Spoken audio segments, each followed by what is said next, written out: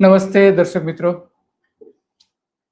આજે આપણે વાત કરવી છે 2012ની. કારણ કે હમણાં જ આ ચૂંટણીઓ પૂરી થઈ ગુજરાતની અને જાત જાતના ભાતના વચનો તમામ રાજકીય પક્ષોએ આપ્યા. પરંતુ 2012 ગુજરાત માટે અત્યંત મહત્વનું હતું. કારણ કે એ ચૂંટણી પછી નરેન્દ્ર મોદી વડાપ્રધાન તરીકે પ્રોજેક્ટ થયા હતા અને એ વડાપ્રધાન થવા માટે નરેન્દ્ર મોદીએ જે વચનો આપ્યા હતા લોકોને, એ વચનો આજે યાદ અપાવી છે. આમ તો બધા થઈને એમણે ઘણા બધા વચનો આપ્યા હતા. ચૂંટણી ઢંઢેરો જે જાહેર કર્યો એ સમયે તો એ લગભગ મહત્વના કહી શકાય એવા 75 વચનો આપ્યા હતા. એ 75 વચનોમાંથી સૌથી મહત્વનું હતું લોકોને ઘરનું ઘર આપવાનું. 50 લાખ કુટુંબોને ઘર આપવાની ખાતરી નરેન્દ્ર મોદી આપી હતી અને એ પણ મફતનું ઘર, એક પણ પૈસો ચૂકવ્યા વગરનું ઘર. અને એ 3 ડિસેમ્બર 2012ના રોજ નરેન્દ્ર મોદીએ જાહેર કર્યું હતું. ચૂંટણી ઢંઢેરો જાહેર કરતી વખતે એણે શિલાલેખ નામ આપ્યું હતું અને સંકલ્પ પત્ર તો વારંવાર ખેંચી. અને એ યોજના હતી ગૃહ સમૃદ્ધિ યોજના, કે જેમાં 33,000 કરોડ રૂપિયા ફાળવાના હતા. મતલબ કે એક ખર્ચ જો કરવા માટે એક મકાનને 66,000 રૂપિયાનો આ રીતે ફાયદો સરકાર કરાવી આપવાની હતી, મફતના ભાવે મકાન આપવા માટે. કારણ કે જમીન તો સરકાર આપે જ છે. તો વિધાનસભા 2012માં 5 વર્ષ માટે 3 લાખ કરોડ રૂપિયાના જે 75 વચનો આપ્યા હતા, 3 લાખ કરોડમાં એમાં 10 થી 11% જેવો હિસ્સો માત્ર મકાનો પાછળ ફાળવેલો હતો. તો આજે વાત એ કરવી છે કે ખરેખર સફળ થયો ખરો? 50 લાખ લોકોને મકાન મળ્યું ખરું? અને એ માટે કેટલીક આપણે આજે ચર્ચા કરવી છે.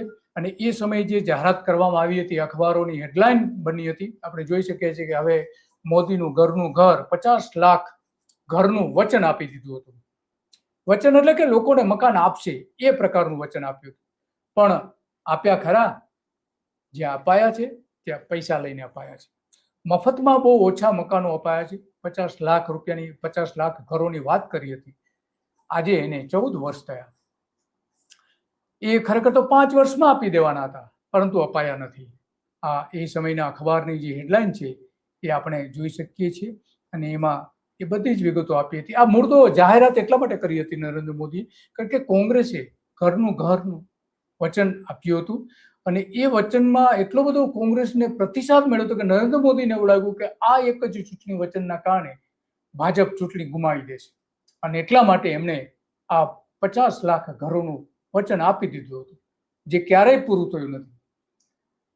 અને એટલા માટે આપણે વાત કરી છે. એ સમયે જે ચૂંટણી ઢંઢેરો જાહેર કરવામાં આવ્યો હતો એ આપણે જોઈ લઈએ કે એ સમયે ચૂંટણી ઢંઢેરા વખતે જે ભારતીય જનતા પાર્ટીએ એક ડોક્યુમેન્ટરી બનાવી હતી. એ ડોક્યુમેન્ટરી જોઈએ. વચનો અને વાયદાઓથી આગળ એક સંકલ્પ, એકનો દ્રઢ સંકલ્પ અને અનેકની સોનેરી હકીકત. વિરાટ શિલા સમો અડગ અને શિલાલેખ સમો અડીખમ. 11 વર્ષની એવી નક્કર હકીકતો જેની સાથે 6 કરોડ લોકો છે એક મત. ઇતિહાસ સર્જી દેતા આવા જ સંકલ્પો સાથે આવનારા સમયની શિલા પર ભારતીય જનતા પાર્ટીનો વધુ એક લેખ, શિલાલેખ, જેનું નામ શિલાલેખ આપવામાં આવ્યું હતું કે હું શિલાલેખ ઉપર લખી આપું છું કે તમને 50 લાખ મકાનો આપી. એક સંકલ્પ પત્ર. ગુજરાતનો જે વિકાસ થયો છે એનું મૂળ કારણ છે આ 6 કરોડ ગુજરાતી. આપ સૌ આ વિકાસ આપના કારણે, આપની શક્તિને કારણે થયો. એ શક્તિ છે એકતાની, શાંતિની, ભાઈચારાની. આપ સૌ ગૌરવ લઈ શકો છો કે દેશ અને દુનિયામાં ગુજરાતનો વિકાસ ચારે તરફ પ્રશંસા અને ચર્ચાનો વિષય બની ગયો છે. ગુજરાતની શાખ અને ઓળખ બની ગયો છે. આ વિકાસની સફળતાનો બધો શ્રેય આપ 6 કરોડ ગુજરાતીઓના ચરણ કમળમાં મૂકીએ છીએ. આપના જનાદેશથી જ ગુજરાતમાં ભારતીય જનતા પાર્ટીની આપની આ સરકાર રાજકીય સ્થિરતાનો ઇતિહાસ સર્જી શકે છે. ભારતીય જનતા પાર્ટીનો ગુજરાત વિધાનસભાની ચૂંટણી 2012નો આ સંકલ્પ પત્ર તો 6 કરોડ ગુજરાતીઓની સમાજ શક્તિ, સામર્થ્ય અને ક્ષમતાની અસીમ સંભાવનાઓનું સમગ્ર વિશ્વને દર્શન કરાવવાની નેમ છે, પ્રતિબદ્ધતા છે. અમારું આ સંકલ્પ પત્ર 6 કરોડ ગુજરાતીઓના સહિયારા પુરુષાર્થ દ્વારા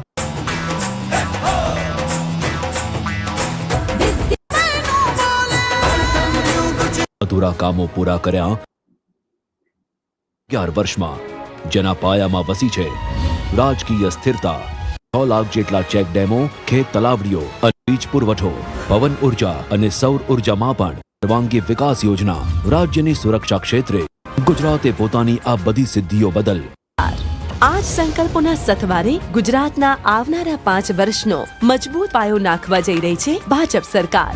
કૃષિમાં આધુનિકતા અને વિકાસ, જળ ક્રાંતિ સંકલ્પ, ઉર્જા શક્તિ સંકલ્પ, લોક સુખાકારી, શિક્ષિત ગુજરાત, સ્વસ્થ ગુજરાત, સર્વસમાવેશક ગુજરાત, સુરક્ષિત ગુજરાત, જમીન સંસાધન અને વહીવટ, તાલીમબદ્ધ અને રોજગારયુક્ત ગુજરાત, નાગરિક પુરવઠો, ઉદ્યોગ, વેપાર, વાણિજ્ય, મહિલા અને બાળ વિકાસ, વંચિતોનો વિકાસ, સાગર ખેડૂ વિકાસ, પંચાયત અને ગ્રામ વિકાસ, શહેરી વિકાસ, આંતરમાળખાકીય સુવિધા અને વાહન વ્યવહાર, બંદરો અને દરિયાકાંઠા, નવીન ઉર્જા સ્ત્રોતો, લોકાભિમુખ વહીવટ, ઈ ગવર્નન્સ, આઈટી, બીટી અને ઈટી, પર્યાવરણ, ખેલ અને ખેલદિલી, પ્રવાસન, વૈશ્વિક ગુજરાત, નાણાકીય પ્રબંધન, જનભાગીદારી અને સંસ્થાયીકરણ.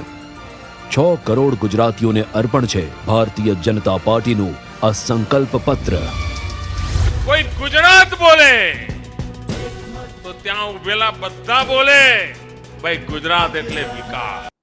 તમામ કૃષિ વિષયક વીજ જોડાણોની પડતર માંગણીઓ પૂર્વ કરવા માટે યુદ્ધના ધોરણે જોડાણો અપાશે. ખેડૂતોને પાક ધિરાણમાં વ્યાજ અને સહાય. ખેડૂતો પોતાના સર્વે નંબર જિલ્લે જિલ્લે કોલ્ડ સ્ટોરેજ અને એગ્રો પ્રોસેસિંગ. સૌની યોજના ₹10,000 કરોડના ખર્ચે 3 વર્ષમાં સૌરાષ્ટ્રના સંરક્ષણ, પ્રદૂષણ નિયંત્રણ અને સુયોજિત વિકાસમાં હશે. ગુજરાતનું અર્થતંત્ર ગેસ આધારિત અર્થવ્યવસ્થા. વનૌષધિ ઉદ્યોગનો વિકાસ. આ વર્ષમાં ગ્રામીણ વિસ્તારમાં 28 લાખ અને શહેરી વિસ્તારમાં 22 લાખ મકાનો મળીને કુલ 50 લાખ પાકા સુવિધાવાળા મકાનો બાંધીને ફાળવવામાં આવશે. ₹33,000 કરોડની આ ગૃહ સમૃદ્ધિ યોજનાના અમલીકરણ માટે મુખ્યમંત્રીશ્રીના અધ્યક્ષ સ્થાને અલગ વિભાગ કાર્યરત થશે. ઉચ્ચ શિક્ષણ લેનારા 40 ગુજરાત તરીકે ગુજરાતની ઓળખ બનાવીશું. વનૌષધિ ઉદ્યોગનો વિકાસ. આયુર્વેદ અને નેચરોપથી સહિતના ઔષધિ વનોનું નિર્માણ અને વ્યાપક વિકાસ કરવામાં આવશે. મારા વિસ્તારમાં મારું મકાન. મુખ્યમંત્રી ગૃહ સમૃદ્ધિ યોજના. આગામી 5 વર્ષમાં ગ્રામીણ વિસ્તારમાં 28 લાખ અને શહેરી વિસ્તારમાં 22 લાખ મકાનો મળીને કુલ 50 લાખ પાકા સુવિધાવાળા મકાનો બાંધીને ફાળવવામાં આવશે. ₹33,000 કરોડની આ ગૃહ સમૃદ્ધિ યોજનાના અમલીકરણ માટે મુખ્યમંત્રીશ્રીના અધ્યક્ષ સ્થાને અલગ વિભાગ કાર્યરત થશે. ઉચ્ચ શિક્ષણ લેનાર તો આ મૂળ વાત આપણે જોઈ શકીએ છીએ કે મોદી સાહેબે બધી જાહેરાતો તો કરી હતી, આ બધી ઘણી બધી જાહેરાતો કરી હતી, આપણે જોઈ શકીએ છીએ ચૂંટણી ઢંઢેરામાં. તો એમાં વાસ્તવિકતા શું હતી એ ચકાસવું પડે, કારણ કે યોજના તો પૂરી થઈ નથી. ગૃહ નિર્માણ વિભાગ તો હતો જ પહેલાથી, અલગ વિભાગ મુખ્યમંત્રી માટેનો અલગ બનાવવાનો હતો, બન્યો તો નથી. 5 લાખ મકાનો દર વર્ષે બનાવે ત્યારે એ ટાર્ગેટ પૂરો થાય એવું હતું. જે આપણે જાણીએ છીએ કે એ સમયે માત્ર 5 લાખ મકાનો બનતા હતા ખાનગી ધોરણે, કારણ કે રોજના આ જે 50 લાખ મકાન બનાવવા હોય તો 5 વર્ષમાં રોજના 2750 મકાનો બનાવે રોજના, ત્યારે મકાન બનાવી શકે હતી યોજના. બિલકુલ નિષ્ફળતા મળી છે. મુખ્ય વચનો સામે જ્યારે આ યોજનાના પ્રશ્નો એ સમયે પણ ઊભા થયા હતા અને આજે પણ પ્રશ્નો પૂછવામાં આવી રહ્યા છે, કારણ કે એ સમયે દર વર્ષે 5 લાખ મકાનો માત્ર ખાનગી લોકો, ખાનગી ઉદ્યોગકારો, ખાનગી બિલ્ડરો બનાવી શકતા હતા. 5 લાખ, સમજાય છે? તો આ 10 લાખ સરકાર કઈ રીતે બનાવી શકે? સવાલ એ આવી છે. આ જો મકાન 50 વારનું જો બનાવવાનું હોય તો 33,000 થેલી સિમેન્ટની જરૂર ઊભી થવાની હતી, 15,000 ટ્રક રેતીની જરૂર હતી, 16,000 ટન લોખંડની જરૂર પડે એવું હતું સરકારને, અને 48,000 ઈંટોની જરૂર પડે એમ હતી. આટલું તો 10 વર્ષમાં ઉત્પાદન પણ નહોતું થતું, જેના એક મકાન બનાવવાનો ખર્ચ જમીન સાથે જો ગણીએ ત્યારે ખાનગી લોકોને 23 લાખ રૂપિયા આવતો હતો. તો સરકાર તો અહીંયા નજીવા કિંમતે બનાવી આપવાનું વચન આપ્યું હતું. એકદમ આ વચન એક ફ્રોડ નીકળ્યું છે. નરેન્દ્ર મોદી સદંતર નિષ્ફળ નીવડ્યા છે. જે કંઈ મકાનો આપવામાં આવ્યા છે એ મકાનો આજે પણ એની સંખ્યા આટલા વર્ષો પછી પણ 10 લાખ માંડ થઈ શકે છે, માંડ. એમાં તમામ બધી બાબતો આવી જાય. તો કોંગ્રેસે મૂળ આ મારું ઘર યોજના જે બનાવી હતી, મારા વિસ્તારમાં મારું અને એના સામારે એને આવકાર મળતા મોદીએ તરત જ ઘરનું ઘર યોજના અને આ બધી બનાવી હતી. એમાં ગ્રામીણ વિસ્તારોમાં 28 લાખ જે આપણે જોયું એ, અને શહેરી વિસ્તારોમાં આટલા મકાનો બનાવવાની જે જાહેરાત કરી હતી એ જાહેરાતમાં કોઈ જ તથ્ય નથી. અને આપણા મુખ્યપ્રધાન અને સોગંદ પર લઈ લીધા હતા. તો એ જે આખી વાત છે એ વાત આમાં આપણે ગણી લઈએ કે આ યોજના બનાવીને લોકોના મત લઈ લીધા અને મુખ્યપ્રધાન પણ થઈ ગયા. જોઈ સાંભળીએ કે જ્યારે એમણે શપથ લીધા હતા ત્યારે શું કહ્યું હતું. 2012માં એમને શપથ લીધા હતા.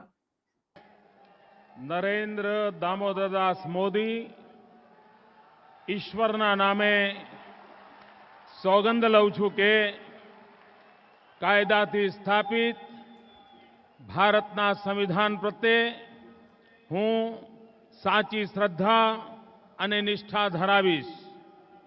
હું ભારતના સાર્વભૌમત્વનું અને અખંડતાનું સમર્થન કરીશ અને હું ગુજરાત રાજ્યના મુખ્યમંત્રી તરીકેના મારા કર્તવ્યો શ્રદ્ધાપૂર્વક અને અંતઃકરણપૂર્વક બજાવીશ અને ભય કે પક્ષપાત, રાગ કે દ્વેષ વિના તમામ લોકો સાથે સંવિધાન અને કાયદા અનુસાર ન્યાયપૂર્વક વર્તીશ. હું નરેન્દ્ર દામોદરદાસ મોદી. તો આ મોદી સાહેબે શપથ તો લીધા, મુખ્યપ્રધાન થઈ ગયા અને પછી તરત જ 2014માં વડાપ્રધાન પણ થયા. પણ લોકોના સપનાઓ ચકનાચૂર થઈ ગયા. મોદી સાહેબનું સપનું સાકાર થયું વડાપ્રધાન બનવાનું. આજ જે જાહેરાતો કરવામાં આવી હતી અને આજ જે રીતનું ચૂંટણી વચનો આપવામાં આવ્યા હતા, આવા તો ઘણા બધા વચનો હતા જે આપણે વચનો જોયા. તો મોદી સાહેબે કામો કેટલા કર્યા એને બધાથી લઈને બધી જ બાબતો હતી. અને એમણે આ સહી પણ કરી મુખ્યપ્રધાન તરીકે રાજ્યપાલની હાજરીમાં. આટલા મોટા પ્રમાણમાં ભારતીય જનતા પાર્ટીના વિજયોત્સવ મનાવવામાં આવ્યો હતો અને ગ્રાન્ડ શો કરવામાં આવ્યો હતો. આ જોઈ શકીએ છીએ કે પબ્લિકને પણ ભેગી કરવામાં આવી હતી.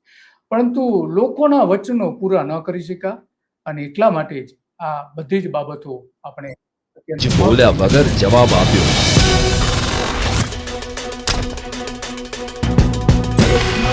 એક મતથી થપ્પડનો જવાબ આપ્યો. એક મતથી અન્યાયનો જવાબ આપ્યો. એક મતથી ભ્રષ્ટાચાર, મોંઘવારીનો જવાબ આપ્યો. એક મતથી મોદીના માણસોએ જવાબ આપ્યો. એક મતથી. તો મત મેળવી લીધા અને ઘણું બધું કરી લીધું. પછી તો એમાં ખાસ કરીને મહત્વની બાબતો ઘણી બધી બની ગઈ પણ ત્યાર પછીની. પણ મૂળ આજે વાત છે કે જે મહત્વનું વચન આપ્યું હતું 50 લાખ મકાનોનું, એ નરેન્દ્ર મોદી નિભાવવામાં સદંતર નિષ્ફળ ગયા છે. અને અખબારોમાં હેડલાઇન હતી ને અખબારોએ સવાલો પણ પૂછ્યા હતા. એ સમય પૂછી શકાતા હતા, હવે નથી પૂછી શકાતા, હવે દરોડો પડે છે. તો મૂળ વાત આજે આ હતી અને આપણે કાલચક્રમાં આવી જ વાતો કરતા રહીશું. નમસ્તે.